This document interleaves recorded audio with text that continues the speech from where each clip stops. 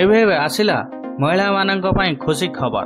ସେବାକକୁ ନିଯୁକ୍ତି କରିବାକୁ ଓଡ଼ିଶା ସରକାର ମୁଖ୍ୟମନ୍ତ୍ରୀ କହିଛନ୍ତି ଯେ ଏହି ପଦକ୍ଷେପ ପ୍ରାଥମିକ ଶ୍ରେଣୀର ପିଲାମାନଙ୍କ ଶିକ୍ଷାର ଗୁଣବତ୍ତା ଉନ୍ନତ କରିବ ବୋଲି ଆଶା କରାଯାଇଛି। ରାଜ୍ୟ ସରକାର ରବିବାର ଦିନ ରାଜ୍ୟର ଶିଶୁ ବାଟିକାରେ ଶିଶୁ ସେବିକା ଶିଶୁ ଯତ୍ନ ନେଉଥିବା ବ୍ୟକ୍ତି ନିଯୁକ୍ତି ଦେବାକୁ ଘୋଷଣା କରିଛନ୍ତି। ଏ ସମ୍ପର୍କରେ ମୁଖ୍ୟମନ୍ତ୍ରୀ ମୋହନ ଚରଣ ମାଝୀ ନିଷ୍ପତ୍ତି ନେଇଛନ୍ତି।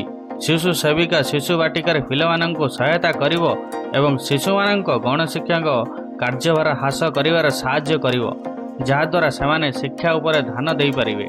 ମୁଖ୍ୟମନ୍ତ୍ରୀ କହିଛନ୍ତି ଯେ ଏହି ପଦକ୍ଷେପ ପ୍ରାଥମିକ ଶ୍ରେଣୀର ପିଲାମାନଙ୍କ ପାଇଁ ଶିକ୍ଷାର ଗୁଣବତ୍ତା ଉନ୍ନତ କରିବ ବୋଲି ଆଶା କରାଯାଇଛି।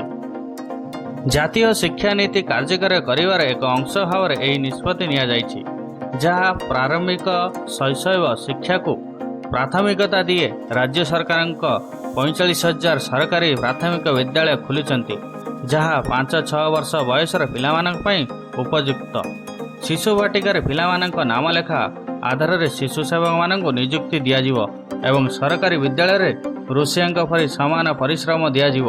ଏହି ପଦକ୍ଷେପ ପାଇଁ ବଜେଟ୍ ସମଗ୍ର ଶିକ୍ଷା ବଜେଟ୍ ଆବଣ୍ଟିତ କରାଯିବ। ମୁଖ୍ୟମନ୍ତ୍ରୀ କାର୍ଯ୍ୟାଳୟ ପକ୍ଷରୁ କୁହାଯାଇଛି ଯେ ଶିଶୁ ସେବକମାନେ ପିଲାମାନଙ୍କୁ ଶିକ୍ଷାଦାନ କିମ୍ବା ଔଷଧ ଦେବା ପାଇଁ ଦାୟୀ ରହିବେ ନାହିଁ। ସେମାନଙ୍କ ପ୍ରାଥମିକ ଭୂମିକା ଶିକ୍ଷକମାନଙ୍କୁ ସମର୍ଥନ କରିବା ଏବଂ ପିଲାମାନଙ୍କର ଯତ୍ନ ନେବା, ଯାହାଦ୍ୱାରା ଶିକ୍ଷକମାନେ ଶିକ୍ଷା ଉପରେ ଧ୍ୟାନ ଦେଇପାରିବେ।